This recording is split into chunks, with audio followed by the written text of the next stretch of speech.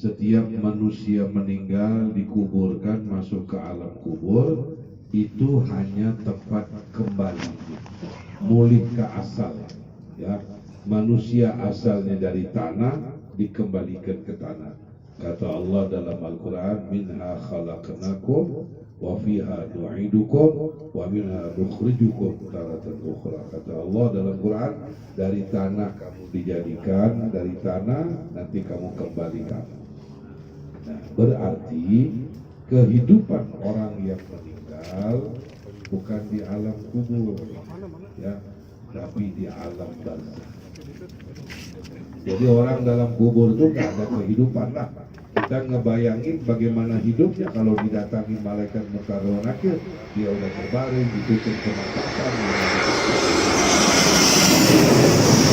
Alam barzakh ada satu kehidupan yang ditafsirkan oleh ulama. Alam barzakh itu seperti kita berada di ruang begini, ruangnya kaca.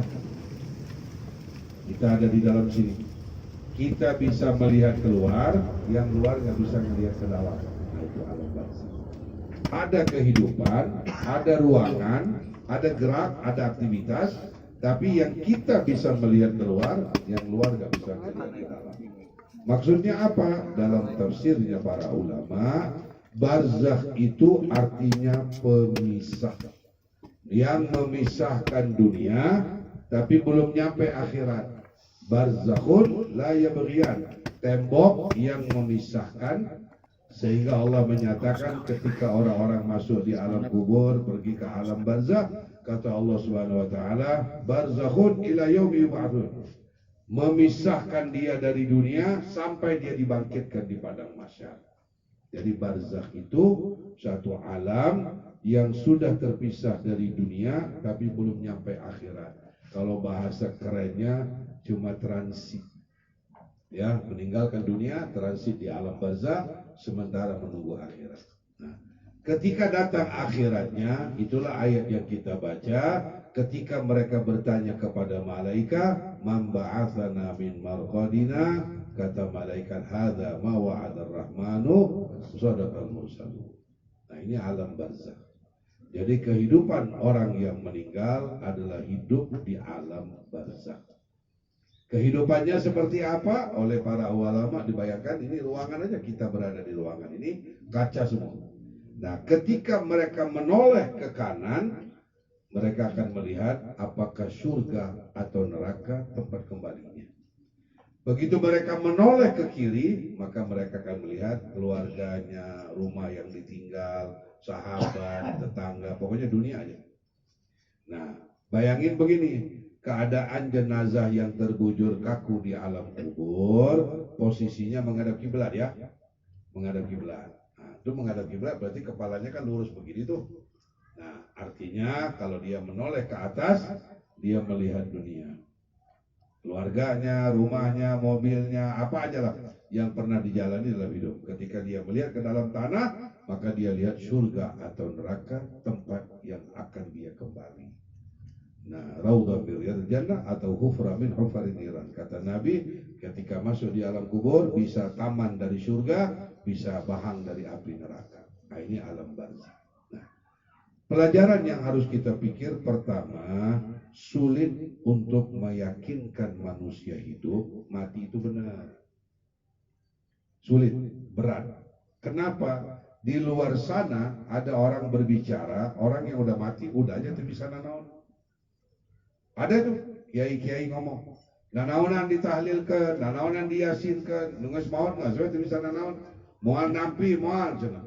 Kata siapa? Kata orang bodoh, bukan orang pintar. Kiai bodoh ngomongnya begitu.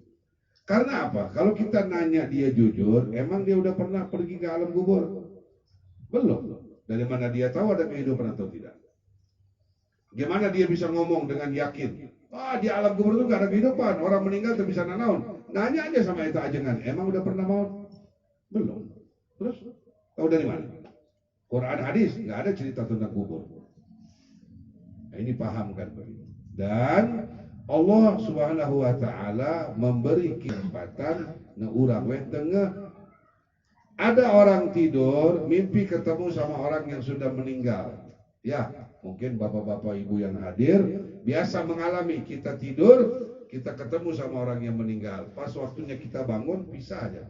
Itu Quran yang Allah ceritakan. Allah beri kesempatan ketemu sama yang udah meninggal sampai waktu yang ditentukan oleh Allah, ruh yang hidup kembali ke jasad orang yang hidup, ruh yang udah meninggal di alamnya. Ya, jadi yang berat dan sulit itu meyakinkan orang beriman mati itu benar. Bukanlah mati itu bisa nanaon, satu kehidupan baru yang harus dijalani. Nah itulah meninggal. Jadi tinggalkan dunia, masuk ke alam barzakh. Karena manusia kalau belajar tauhid tidak ada kata mati itu bisa nanaon. Gak ada itu. Kita hidup di alam ruh, ruh kita dipinjamkan ke dalam rahim ibu 9 bulan, hidup nggak itu? Hidup. Coba nanya, ngapain aja di alam rahim ibu kita? Nggak bisa cerita kita. Tapi makan minum nggak? Ya makan minum kita. Ada kehidupan, kita geraklah, nendang-nendang lah. Pas bayinya lahir udah besar, kamu tahu nggak berapa kali kamu nendang perut ibu kamu? Nggak akan tahu dia. Tapi kita yang hidup tahu ada kehidupan? Tahu ada kehidupan. 9 bulan. Wahnan ala wahnin kata Allah, bisaru fi amain. 2 tahun disusui oleh ibunya, 9 bulan dalam rahim ibunya. Ada kehidupan? Ada kehidupan. Lahirlah dia ke dunia dengan waktu yang Allah tentukan. Ada kehidupan. Masuk ke alam barzakh, ada kehidupan. Dan kehidupan yang abadi adalah akhirat. Bangkit dari kubur, menghadapi padang mahsyar, ikut hisab timbangan amal. Ada yang masuk surga tanpa dihisab sama Allah, ada yang masuk surganya Allah dapat ampunan Allah, ada yang masuk surga dapat rahmat Allah. Yang tidak beriman gak ada peluang lah masuk surga. Masuklah surga. Nah disitulah baru ada kehidupan yang sesungguhnya. Ya, kemudian kepada orang yang beriman kita hanya suruh yakinkan mati itu benar. Nggak usah ceritalah kehidupan alam kubur, alam barzakh, nggak usah. Hanya suruh yakin aja. Kullu nafsin dha'iqatul maut. Nah, apa maksud ayat Allah kullu nafsin? Tiap-tiap orang yang punya jiwa raga, punya hati, punya pikiran, punya perasaan harus merasakan kematian. Nah, merasakan kematian artinya menjalani, ruh bisa dari jasad. Gaib itu orang yang merasakan. Nah, merasakan enak gak enak, berat atau ringan, bagaimana amalnya aja. Ya, meninggallah dia orang yang hidup. Saya yakinkan. Oleh karenanya, kalau kita bicara kiamat, kejauhan, tebih teinglah ngomongkan kiamat. Kenapa? 14 abad yang lalu Nabi sudah ngomongkan kiamat. Ayeuna geus 14 Hijriah. Belum kiamat-kiamat. Ntar isu orang nemaot, anak cucu kita keur ngobrolkan kiamat di masjid, keur ngaji tentang kiamat. Udah kiamat belum? Belum. Tahun 3000 kita udah nggak ada. Tahun 3000, wah kita udah nggak ada tahun 3000. Di dunia orang masih ngomong tentang kiamat, tentang alam kubur. Kitanya udah nggak ada. Udah kiamat belum? Belum. Masih belum kiamat. Ya, kedengaran bener lah. Kedengaran ya? Kedengaran. Jadi pelajaran kita adalah firman Allah Subhanahu wa taala, ya ayyuhalladzina amanu taqullaha wal tanzur nafsum ma qaddamat lighadin wattaqullah. Orang beriman, lamun takwa ke Allah, mikir lamun isuk urang nu maot bekalna naon. Udah we. Atau mikirkan kiamat tebih teuing. Ya masih jauh kiamat itu, kita nggak tahu. Yang paling dekat besok kalau kita meninggal bekalna naon. Itu yang paling aman. Ya. Jadi kita harus jadi orang baik 24 jam. Kita punya pikiran dan hati yang baik dan positif 24 jam. Kenapa? Bisi maut mendadak. Itu aja. Ya kan? Pikiran dan hati kita dendam sama orang, datang serangan jantung meninggal. Nuju naon? Nuju jelek ke batur. Percuma lah. Osok rajin ke masjid, rajin pergi umrah, nggak akan ada harganya. Habis semua hancur amal kita. Jadi orang berbekalkan hati dan pikiran yang positif dan baik, kasahawai. Husnuzon. Dendam dibuang. Iri hati dibuang, hasad dibuang, mikirin jelek nabatur, tekudu mikirin jelek nabatur. Kenapa? Bisi mendadak meninggal, nggak sempat bilang astagfirullah, nggak sempat bilang la ilaha illallah, meninggal, rugi. Ya, itu pelajaran yang paling penting adalah ketika ada orang meninggal, pertama besok kalau kita meninggal bekal nanaon. Itu aja. Nah, kalau Bapak dan Ibu bersama saya yakin meninggal bisa kapanpun, setuju? Meninggal bisa dimanapun, setuju? Meninggal nggak pakai isyarat awal, benar? Nggak ada pemberitahuan duluan, benar? Nabi pesan 2. Kalau yakin ya, yakin bisa meninggal kapanpun, udah bekalnya 2 aja. Tong mikirkan sholat can benar, baca Quran can benar, puasa can benar, jauh. Pikir ini 2 aja. Kata Allah Subhanahu wa taala, "Wattaqu yauman la yanfa'u malun wala banun illa man atallaha biqalbin salim." Orang meninggal hatinya bersih, yang paling bahagia ini. Ini yang paling aman. Ya. Siapa orang yang ingin membuat Allah dan Rasul bahagianya luar biasa, kata Allah, aku tidak bahagia dengan orang yang ibadah. Yang aku bahagia, orang yang keluarkan dari hatinya sangka buruk terhadap siapapun. Keluarin. Allah paling bahagia sama ini orang. Keluarkan prasangka buruk terhadap siapapun. Keluarkan iri hati, dendam, sulit memaafkan. Pokoknya awan nabator rekam di kepala lah. Awan-awan semua tinggalin. Karena apa? Allah hanya butuh kau kembali kepada aku, hati kau bersih. Udah, ibadah kau bisa aku tutup kekurangannya. Dosa engkau bisa aku ampuni. Yang aku tidak terima, engkau datang kepadaku hatimu kotor dan busuk. Naudzubillah. Bekal awal. 24 jam hati harus bersih. Kenapa hatinya harus bersih? Jangan ngomongkan sabar, ikhlas, ridho, tawakal. Berat teing. Mikirkan, keluarkan aon nabatur, no ayat di hati dan pikiran orang. Keluarin. Kapan-kapan meninggal udah aman sudah. Oh, saya nggak bisa baca Quran, Allah nggak peduli. Oh, sholat saya bolong-bolong, Allah nggak peduli. Yang sholatnya segunung, kata Qurannya rajin, sodakohnya di mana-mana, tapi hatinya busuk kabatur. Ini yang paling dibenci sama Allah. Karena manusia lahir ke dunia hatinya bersih, nggak ada musuh. Benar. Bayi lahir ke dunia nggak ada dosa, dia bersih. Lalu kenapa dia kembali harus kotor? Kembaliin bersih. Innalillahi wa inna ilaihi raji'un. Kita datang dari Allah bersih, kenapa kembalinya harus kotor? Jangan, kembalinya bersih. Jadi Allah akan terima yang bersih karena ketika dia lahir ke dunia, dia lahir dalam keadaan bersih, nggak ada musuh. Yang namanya bayi, dia musuh sama siapa? Dia benci sama siapa? Nggak ada. Dia dendam sama orang? Nggak ada. Bayi lahir nggak ada dendam sama siapapun. Nggak ada iri hati sama siapapun. Benar kan? Benar. Kenapa dia meninggal harus bawa hal-hal yang jelek? Jangan. Ini modal awal. Kalau Bapak bersama saya setuju meninggal bisa kapanpun tanpa pemberitahuan awal, maka kita bekal qalbun salim. Hati bersih. Lillahi ta'alanya kejauhan.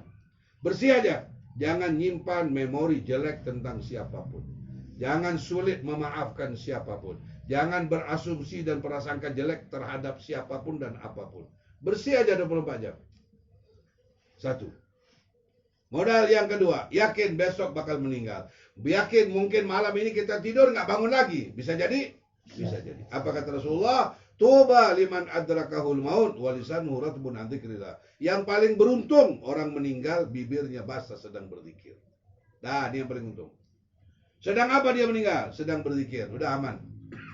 Jaminan Nabi surga tanpa diperiksa amalnya. Nah, di akhir umur. Karena kita tidak tahu akhir umurnya kapan, makanya kudu diusahakan 24 jam jadi jalmano saya yang bager. Iyalah. Karena kita nggak tahu. Coba kalau kita tahu aja, malaikat bilang kau bakal meninggal hari Jumat jam 8 malam. Udah wes santai. Akhirnya karya hari Senin mah masih ada 4 hari santai wes. Kalau memang dikasih tahu, Jibril kenal kita yang nggak kenal Jibril. Ya, ente au jeung ente sekongkol dengan Jibril dengan Israel. Israel tong kitu atuh, kasih tahu dulu kalau mau tarik. Enggak ada. 2 aja bekal Nabi pesan. Qalbun salim, zikir yang tidak putus. Karena apa? Orang kalau lidahnya dipakai berzikir, kapan dia bisa ngomong anjing jeung goblok? Ya enggak ada lah. Anjing bisa goblok, enggak akan keluar karena lidahnya dipakai zikir terus. Ini karena zikirnya nggak dipakai zikir, lidahnya nggak dipakai zikir, asal ngomong ke orang anjing goblok. Tuh kan? Coba dipakai padat dengan zikir la ilaha illallah, astagfirullah, astagfirullah. Ketabrak orang astagfirullah. Tuh kan? Anjing tuh. Karena nggak dibiasakan dengan berzikir. Kumaha lamun keur nyarekan batur dengan kalimat yang tidak benar, mendadak keserang jantung meninggal, rugi tuh. Rugi. Dua aja modal. Nabi tidak bilang hati-hati dengan sholat kamu, rajin banyak sodako. Enggak, Nabi cuma bilang dua aja. Kembalilah kepada Allah, hati kalian bersih. Kembalilah kepada Allah, kalian sedang berzikir. Entah seker ngomongkan batur, ke nyumpah ke batur, laknat ke batur. Entah ker astagfirullah, astagfirullah, sallallahu alaihi Muhammad sallallahu alaihi wasallam. La ilaha illallah, subhanallah, apa aja. Bagus. Ya, ini diantaranya. Kita berusaha mengerti bahwa kalau orang meninggal dunia ada kehidupan, bukan meninggal mati itu bisa nano. Kedua, kita pengen bekal. Ketiganya, kata Rasulullah, kalau ada mayit di hadapan kita, al-wa'iz la yantik. Ada nasihat nggak pakai suara. Ini jenazah ini yang terbujur di hadapan kita, itu adalah sedang memberi kita nasihat. Cuma nasihatnya nggak pakai ngomong. Hanya orang yang punya hati dan pikiran yang baik, beriman yang benar, Allah kasih dia pelajaran. Contoh, meninggalnya di hari Jumat. Almarhum. Benar? Jumat. Jumat subuh, sebelum subuh. Jumat. Udah jam 2 pagi ya? Ya. Nah, dah hari Jumat. Meninggalnya Jumat yang terakhir bulan Muharram. Udahlah, udah untung aja udah. Orang yang meninggal hari Jumat, mungkar wa nakir pun nggak mau datang. Udah Allah udah bebaskan. Apa nasihatnya? Kita bisa dapat nggak meninggal hari Jumat? Jangan-jangan kita meninggal pada hari Senin. Orang lagi sibuk ngantor, kita meninggal, nggak ada yang ngurus lagi. Dia meninggalnya Jumat sebelum subuh. Siapapun orang belum ke kantor. Makanya banyak yang datang sampai ke kuburan. Ada pelajaran tapi nggak pakai suara. Plus dia meninggalnya hari Jumat itu jam 2 pagi, hari Kamisnya bareng dengan saya baca maulud. Selawatan, baca maulud, pengajian. Apa amal terakhir dia dalam hidupnya? Pengawasan. Daripada dangdutan Agustusan pulang ke serangan jantung meninggal, parah tuh. Nah itu. Apa yang akan kita lakukan? Mikir. Lamun mendadak meninggal kumaha ya? Ya, kayak orang nonton bola, stadionnya runtuh, meninggal kan? Karena nonton bola, lain kan nonton ke Rasulullah, ke tabligh akbar, nggak ada. Belum ada sejarah orang hadir tabligh akbar, stadionnya runtuh, meninggal, nggak ada. Yang ada ke nonton bola. Nah itu maksudnya, bukan dilarang berbuat, nan cuman mikir, kumaha lamun keur kieu maut. Udah, makanya kita pengen jadi orang baik 24 jam. Dimanapun, kapanpun, sedang ngapain pun kita meninggal, kita udah nggak khawatir. Karena hati kita udah bersih. Nggak ada orang yang kita dendam.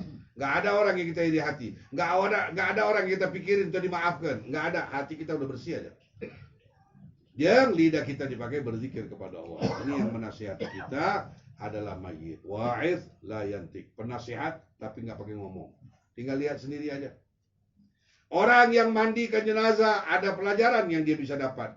Ada orang mandikan jenazah, kalau saya punya pengalaman, badannya lembut, kulitnya meni halus, ada yang kasar kulitnya. Umpamanya. Ada yang tangannya mau digerakin meni hampa, meni ringan digerakin. Ada orang susah tangannya karena hidup nggak pernah begini meren. Jadi meninggal dikiakan ge hese, meren. Macam-macam. Ada orang wajahnya berseri. Ada orang mata dan mulutnya nganga melotot, macam-macam. Kita mau yang mana? Kita yang milih. Ya kan? Kita yang milih. Milihnya bagaimana? Kata Rasulullah, yamutul mar'u ala ma asya'alaih. Manusia akan mati sesuai dengan cara hidupnya. Hidupnya baik, matinya baik. Jadi jangan berangan-angan pengen matinya bagus, hidupnya nggak benar. Ya, lihat ada orang Indonesia meninggalnya di Mekah. Pergi haji berumah meninggal. Ada tuh? Ya. Allah pilih dia. Meninggalnya di Mekah, Madinah, udah. Orang Arab Saudi yang saya kenal, beberapa orang tidak pernah keluar dari Mekah. Tidak pernah keluar dari lahir. Begitu umurnya 20-an, dia berangkat ke Indonesia. Sampai Bogor, tidur sama cewek, meninggal. Padahal dia mana? Dia orang Mekah. Allah takdirkan meninggal di mana? Di Bogor. Di kamar hotel. Sama cewek lagi. Itu lihat. Padahal orang Mekah. Di mana keuntungan dia jadi orang Mekah? Karena segala sesuatu itu adalah, kata Rasulullah, al-amalu khawatimuh. Yang paling penting bagi Allah adalah finishingnya, penutupnya dan endingnya, itu yang paling penting. Ya, ini yang pertama. Jadi al-wa'id la yantik. Beliau meninggal membawa nasihat bagi orang yang hidup. Apa nasihat itu buat anaknya, buat istrinya, buat adik-beradiknya, buat kita temannya, buat saya gurunya. Ada pelajaran yang bisa kita ambil. Siapa yang dapat pelajaran, dialah orang yang beruntung. Ya, bagian yang kedua yang ingin saya berbagi, kita sudah mulai jauh dari sejarah, tidak hafal sejarah. Banyak orang di luar sana mutarbalikkan fakta sejarah, menipu kita tentang sejarah, tidak menghargai sejarah. Bahkan ada orang di negara kita yang ingin merubah sejarah, pengen bikin sejarah sendiri. Kalau biasa dengar, negara ini jangan pakai Pancasila, pakai syariat Islam. Ada dengar tuh? Jadi yang bikin Pancasila tadi hargain lah. Yang bikin Pancasila pada kagak benar semua. Padahal ada ulama yang bikin itu. Ada habaib, ada kiai, ada pejuang, ada budayawan, ada bangsawan, ada sastrawan, ada semua tuh, ada jenderal yang duduk untuk memikirkan negara ini harus dibangun atas dasar Pancasila. Datang si Muslim, nggak boleh pakai Pancasila, mau pakai khilafah dan syariat Islam. Itu sama dengan apa? Membongkar sejarah lama, bikin sejarah baru. Nggak perlu. Kata Rasulullah, masaluha akhiru hadhil ummah illa bimasaluha bil awalun. Kita nggak akan bisa jadi generasi yang benar kalau kita nggak tahu sejarah orang dulu bisa benar seperti apa. Udah ada kok manusia dari Adam. Bagaimana dia hancur, bagaimana dia bangun, bagaimana dia berhasil. Allah abadikan sejarah di Quran kepada Nabi Muhammad. Untuk apa? Jangan jauh dari sejarah. Pertama, sejarah inilah yang menjaga moral bangsa. Ini yang pertama. Moral bangsa ini udah berantakan. Kalau nggak percaya, lihat orang baca berita. Bapak Presiden, nggak disebut Bapak. Jokowi aja. Lu pikir Jokowi kakek lu? Saya jadi rakyat, saya marah dong. Ini Presiden saya. Minimal panggil Bapak dong. Bapak Presiden. Enggak, Jokowi aja dipanggil. Lihat, sudah tidak punya akhlak. Tidak punya akhlak. Coba Pak RW kita namanya Zakaria. Pak RW, kenapa pakai Zakaria? Dia bentar ada perlu, gitu. Enggak, Pak RW minimal. Akhirnya Pak RW pakai Pak RW. Pak RW, ya pang bikinkan kumaha ya. Pak RW tanda tangan Pak RW, Pak RW. Panggil aja nama. Namanya Usman. Usman, tanda tangan. Enggak enak kita. Hai Presiden, Jokowi. Lu pikir Jokowi kakek lu? Presiden gue. Lu jangan seenaknya. Menghargai orang udah nggak ada. Karena apa? Udah jauh dari sejarah. Sudah tidak bermoral. Tidak punya etika. Tidak tahu menghargai orang lain. Para pejuang bangsa yang sudah meninggal dunia, kita hargainya dengan cara apa? Dengan cara dangdutan. Astagfirullahaladzim. Mereka mengalirkan darah dan keringat untuk memerdekakan bangsa. Yang bersyukur terhadap mereka dengan dangdut. Astagfirullahaladzim. Aneh kan? Karena apa? Karena nggak tahu sejarah. Emang orang dulu merdeka pakai dangdut, pakai selawatan, pakai doa ulama. Kita dangdutan, ada daerah yang nggak ada takbir akbar, nggak ada selawatan, nggak ada fatihah pun kepada pahlawan. Yang ada dangdutan dari pagi sampai malam, sampai pagi lagi jam 3. Dangdut habis jam 11 pada ngamuk. Ini barang-barang teuing gitu tuh. Udah jam 1 jam 2 baru habis dangdut. Ini contoh. Kita tidak tahu sejarah. Kita tidak lagi diingatkan kebenaran sejarah yang validnya begini, yang sebenarnya begini. Enggak, diputar balik aja. Akhirnya termasuk Islam. Sejarah Islam pun diputarbalikkan. Kita yang lahir hari ini mendengar nggak boleh tahlilan, nggak boleh yasinan, ngapain ziarah kubur? Katakan sama dia, yang ziarah kubur dan yasinan sudah 500 tahun yang lalu. Nah, aku udah disalahkan ayeuna. Berarti kakek-kakek kita pada bodoh semua ini. Nyesatkan kita ini. Ulama-ulama kita pada bahalul semua ini. Dia aja yang paling benar. Bukan tahlilan baru 10 tahun yang lalu. Bukan tahlilan baru 20 tahun yang lalu. 500 tahun yang lalu. Orang udah baca yasin untuk yang mati. Orang bikin tahlil 7 hari, 40 hari, 100 hari, 1000 hari dan menak tahun. Ada haulan. Ratusan tahun. Ini kiai berdiri di atas mimbar, nanaonan tahlilan tercontohkan ku Rasul. Gak ayat dalilnya di sono. Aneh. Karena apa? Karena dia tidak tahu sejarah. Akhirnya tidak menghargai ulama yang terdahulu. Tidak menghargai para sesepuh yang terdahulu. Dia lahir bisa jadi orang, dia bukan monyet. Dari mana? Dari karuhun. Coba kalau dia lahir dari monyet, gak akan jadi kiai dia. Gitu. Hati-hati. Sudah banyak kan? Sudah banyak strategi yang diatur. Bangsa ini jangan berpegang kepada sejarah. Bendera merah putih ada ulamanya. Lagu kemerdekaan ada ulamanya. Pancasila ada ulamanya. Benar? Pakai takbir Allahu Akbar, perang merdeka, deklamasinya. Di bulan Ramadan, 17 Ramadan. Semua nggak disebut. Yang disebut Pancasila tidak cocok dengan negara Indonesia. Harus kembali kepada khilafah dan syariat. Udah dengar tuh? Orang ngomong. Gak mikir kalau ngomong. Ulama udah memerdekakan kita dengan Pancasila. Dan yang pertama adalah ketuhanan yang Maha Esa. Manusia semua harus punya Tuhan. Apapun Tuhan kamu terserah. Kata teman saya, Tuhan memang satu, kita yang tak sama. Loh, ada lagunya. Benar dengar tuh? Martial nyanyi lagu itu. Tuhan memang satu, kita yang tak sama. Nah, yang penting bangsa ini harus punya Tuhan. Tuhan kau siapa dan apa peduli. Karena manusia kalau ada Tuhan, aman sudah kehidupan. Ini Tuhan pun diotak-atik sama dia. Indonesia Tuhan di penjara. Ngaku Tuhan di penjara. Hati-hati. Jadi kita harus mengusahakan bagaimana Allah memberikan ayat-ayat sejarah kepada Nabi SAW. Pertama, agar tetap bermoral. Tidak sombong jadi Nabi. Padahal Nabi Musa nggak ada apa-apa dibanding Rasulullah. Nabi Ibrahim nggak ada apa-apanya. Semua Nabi dan Rasul tunduk di bawah Rasulullah. Tapi Allah ceritakan Nabi Musa itu begini, Nabi Yunus begini, Nabi Soleh begini. Diceritain Nabi Ibrahim begini. Supaya apa? Supaya Rasulullah tahu sejarah orang dahulu. Oh ternyata bukan saya aja yang mau dibunuh oleh umat. Nabi-nabi terdahulu pun mau dibunuh sama umat. Allah kasih tahu. Sama dengan kita. Bangsa apapun, setiap bangsa yang ada di Indonesia, setiap suku dan kaum ikut kakek nenek moyang dalam kemerdekaan. Kenapa harus saling musuhan? Kenapa harus saling merendahkan dan membedakan? Nggak perlu. Ya, nah ini pelajaran. Bapak Ibu, nu dimuliakan ku Allah. Mudah-mudahan kita tidak lagi ditipu oleh sejarah dari orang-orang yang pintar atau memutarbalikkan fakta sejarah. Jangan, ya sampai agama pun akhirnya begitu. Sedikit-sedikit mana dalilnya, mana hadisnya nggak sahih, ini nggak benar, yang benar cuma dia aja. Karena apa? Tidak tahu sejarah. Bagaimana para ulama menghargai perbedaan pendapat, menyatukan umat yang berbeda pendapat. Dia mah enggak, malah mencah-pecah belah.